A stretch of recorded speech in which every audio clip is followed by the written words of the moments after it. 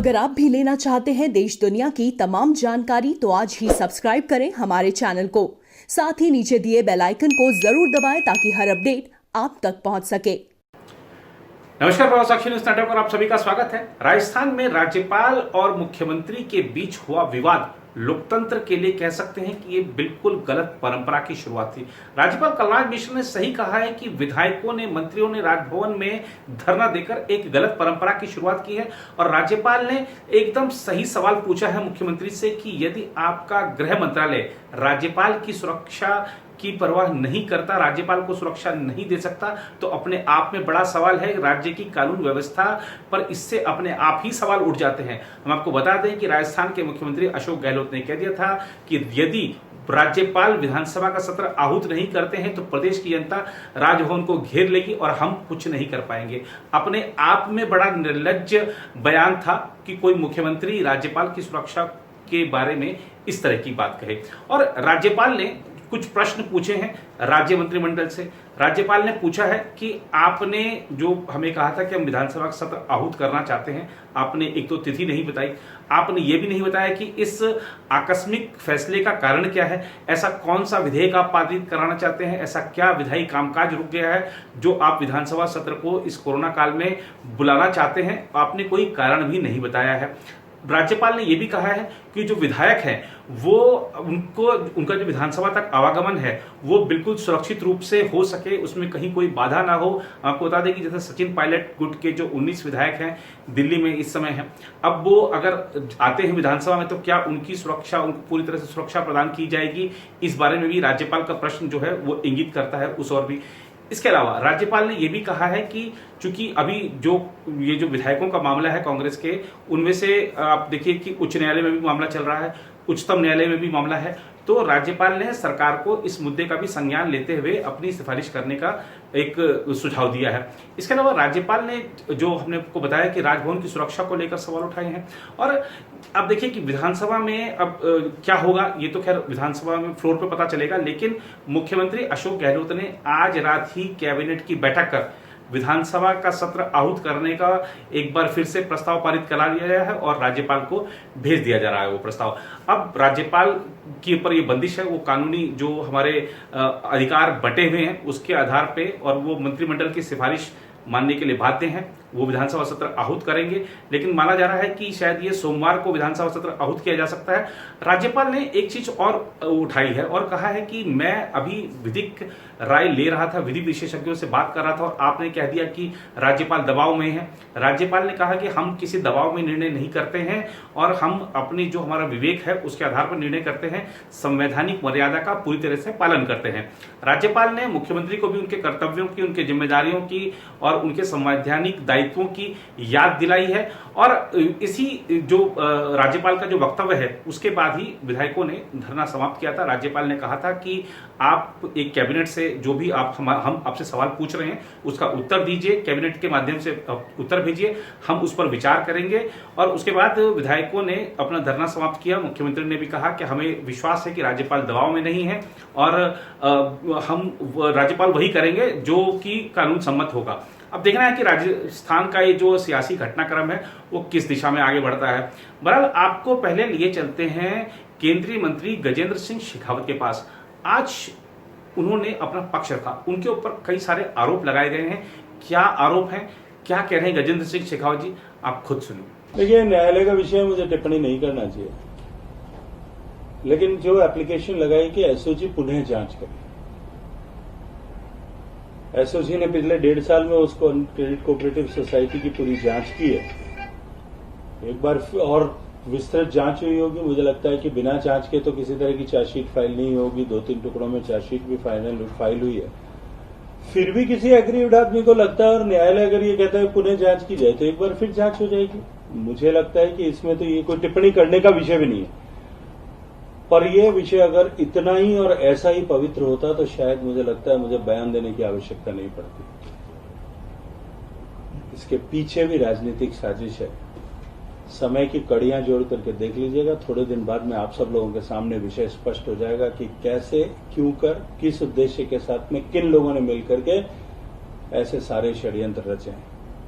कभी और झूठे ऑडियो टेप के नाम पर, माननीय मुख्यमंत्री जी ये कहते हैं, बयान देते हैं कि हम ऑडियो टेप को जांच करने के लिए अमेरिका भेजेंगे।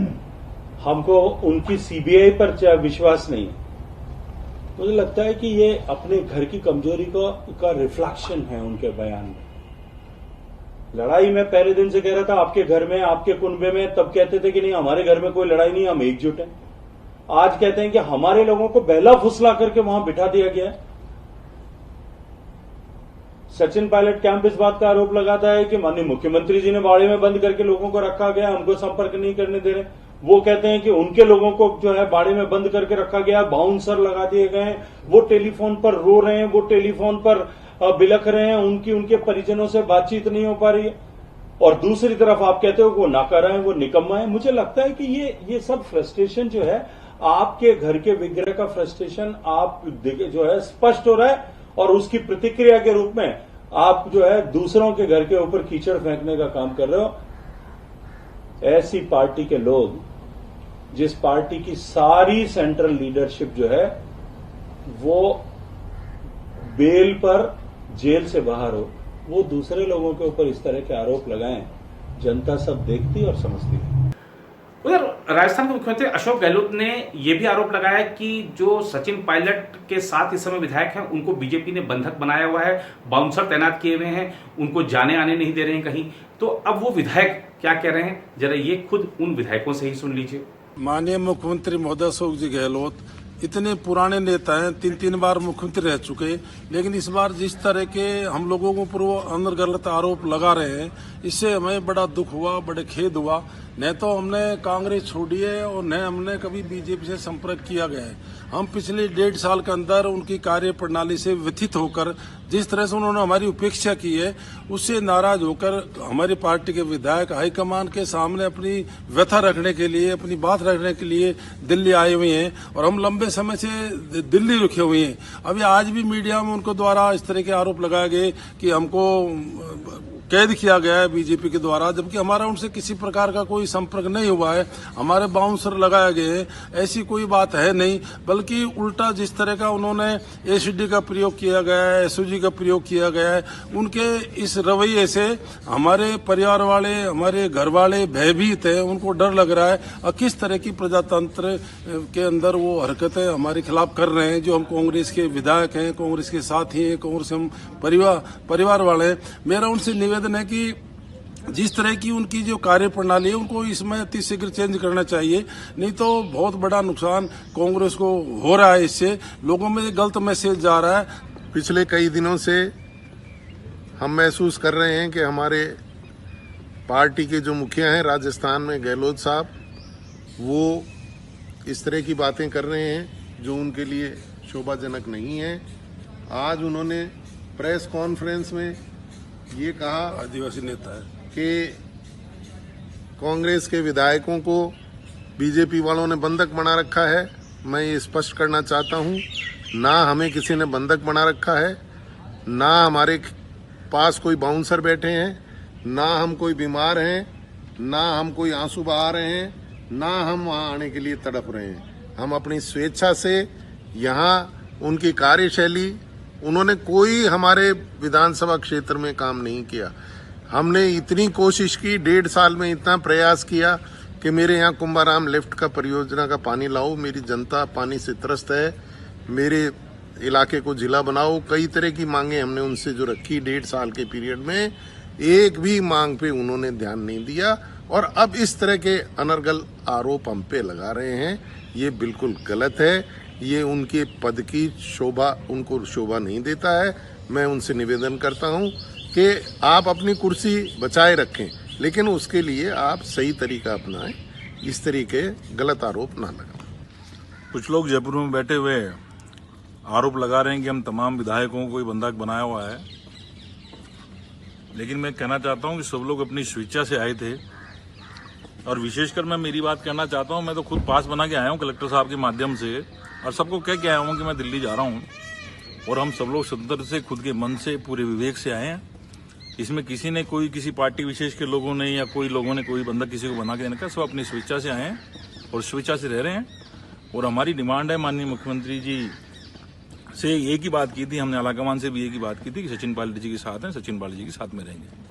उधर कोरोना की बात करें तो देश में जो कोरोना के कुल मामले हैं वो 13 लाख के पार जा चुके हैं। अपने आप में बड़ा आंकड़ा है। जिस तरीके से खासतौर पे दक्षिण में, पश्चिम में कोरोना अपने पांव पसार रहा है, चिंता की बात है। लेकिन पूरी दुनिया में संक्रमण की अगर मामलों की कुल मामलों की बात करें तो भारत में सबसे कम है। अगर मृत्यु दर की बात करें तो पूरी दुनिया में भारत में सबसे कम और मतलब कह सकते हैं कि न्यूनतम मृत्यु दर है। तो ये एक बड़ी कामयाबी है। खासतौर पर प्रधानमंत्री नरेंद्र मोदी ने जो समय पर फैसले लिए हैं उसका काफी हद तक श्रेय जाता है इन सब उपलब्धियों को। इसके अलावा प्रधानमंत्री नरेंद्र मोदी लगातार मुख्यमंत्रियों से संवाद करते रहे हैं और अब फिर 27 जुलाई को सारे मुख्यमंत्रियों के साथ संवाद करने जा रहे हैं, जिसमें तय होगा कि आगे क्या रणनीति लेनी है, आगे किस तरीके से बढ़ना है। अनलॉक 2 की प्रक्रिया अभी चल रही है, क्या 1 अगस्त से अनलॉक 3 की प्रक्रिया शुरू होगी, इस पर मुख्यमंत्रियों के साथ संवाद होगा। और क्या क्या ढिलाई की जा सकती है और कहां कहां बंदिशें लगाई जा सकती हैं, इस बारे में मुख्यमंत्री क्या सोचते हैं, प्रधानमंत्री उसके बारे में राय लेंगे सीधा मुख्यमंत्रियों से।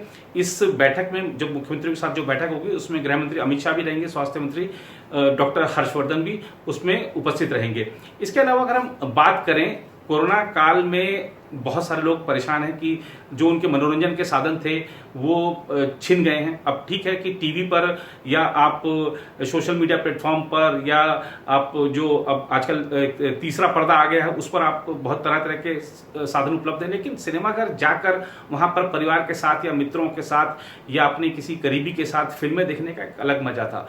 जब इंटरवल होता था तो आप तरह तरह की चीजें खाने पीने के लिए वो रहते थे कि हमको ये लेना है, हमको वो लेना है। ये सब चीजें लगता है कि जैसे काफी पुरानी बात हो गई है। लेकिन अब सिनेमाघर अपने को तैयार कर रहे हैं कि इस कोरोना काल में वो किस तरीके से दर्शकों को अपनी सेवाएं दे सकें।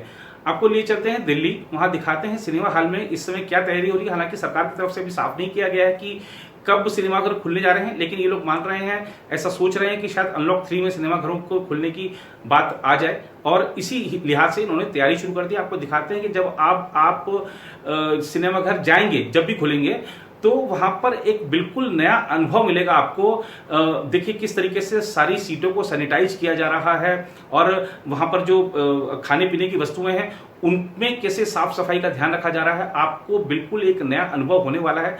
देखिए हमारी ये report.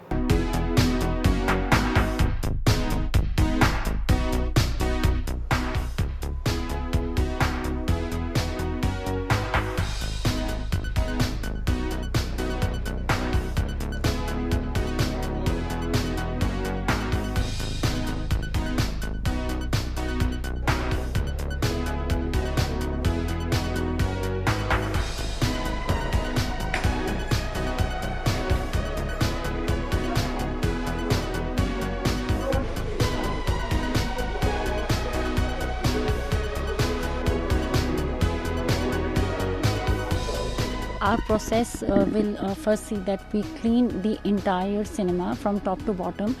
We make it absolutely clean. Then we of course go to the hygiene part. And now with this COVID scare, we have to make sure that all our cinema and surfaces are sanitized. So we have 2-3 ways of addressing that.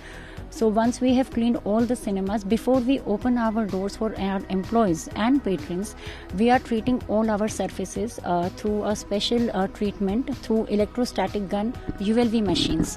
So this ensures that all our cinema surfaces, soft and hard, they get coated by a chemical which ensures that if there's any kind of germ or bacteria that comes in contact with that surface, it automatically gets destroyed.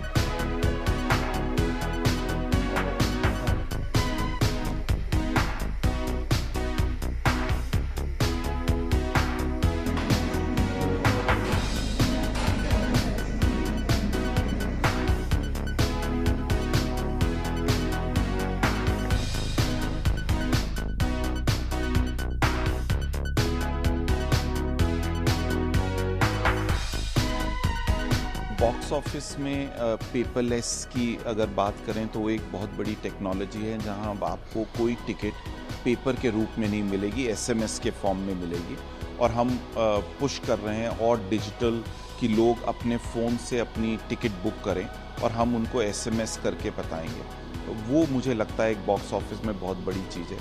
F&B में आए तो मुझे लगता है ये UV sanitation जो हमने cabinets बनाए हैं, जिसमें सारा जो फूड पैकेजिंग है वो 20 सेकंड तक सैनिटाइज होके उसमें भर के आपको सामान मिलेगा। सारे फूड प्रोडक्ट्स अब सील्ड और पैक्ड होंगे, सो दैट आप अपने हाथों से खोल रहे हैं और वहाँ पे आपको एकदम, इवन पॉपकॉर्न जो हैं उस पे भी एक लिड होगी, आपको कोई भी खुला सामान नहीं मिलेगा। और एक एंटी बैक्टीरियल फिल्म की हमने बात की, वो एक मुझे लगता है अगेन एक बहुत बड़ा टेक्नोलॉजी पॉइंट है। और फोर्थ ये जो इलेक्ट्रोस्टेट प्लेटिंग से हमने ये जो केमिकल स्प्रे किया है, जिसके कारणवश कोई केमिकल वायरस नहीं जिंदा रह सकता, वो एक, ये 4-5 चीज़ें मुझे लगता है बहुत ही बड़ा चीज़ है।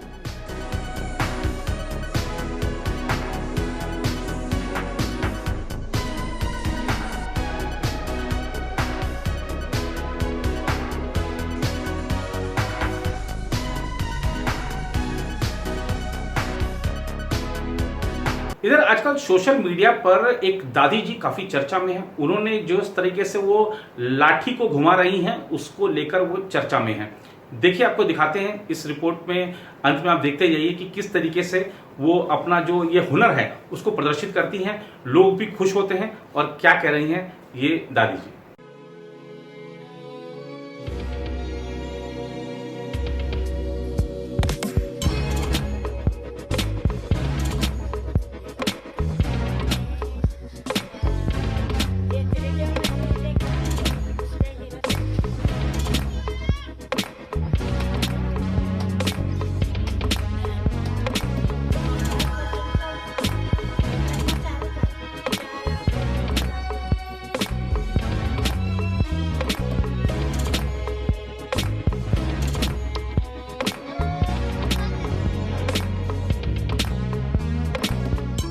मेरी उम्र तो अभी तो 85 उम्र है, पर ये जो मैं जो कला कर रही हूँ, ये लाठी काठी का, तो उम्र में 8 बरस की थी छोटी, जब से मैं ये लाठी काठी का खेल करते आ रही हूँ।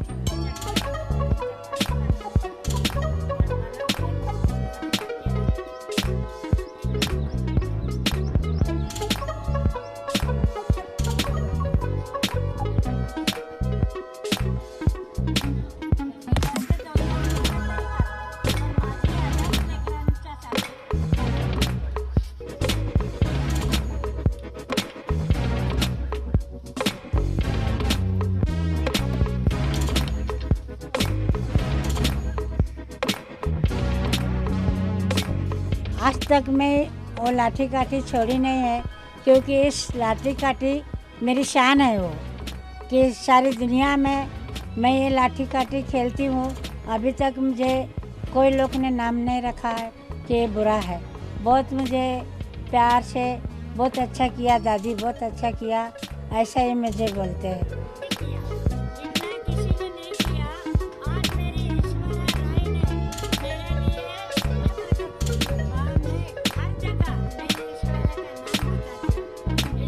मैं वहाँ पे कुछ सामान लेने गई थी बाय गॉड्स ग्रेस, और वहाँ पे मैंने इन दादी को परफॉर्म करते हुए देखा, और मुझे लगा कि इनका फिल्म बना के, इनका एक वीडियो बना के अगर मैं सोशल मीडिया पे डालूँ, लेकिन मुझे बिल्कुल विश्वास नहीं था, बिल्कुल लगा नहीं था कि इनका वीडियो इतना वायरल हो जाएगा और देश के बाहर से भी इनको मदद मिलेगी। और जो 85 इयर्स में वो कमा नहीं पाई है, उनकी कला को जो प्रोत्साहन नहीं मिला है, वो अब जाके मिला है। सो मुझे बहुत अच्छा लग रहा है कि मेरे एक छोटे से वीडियो के कारण बहुत सेंसेशनल वायरल फेस हो गई है मेरी दादी।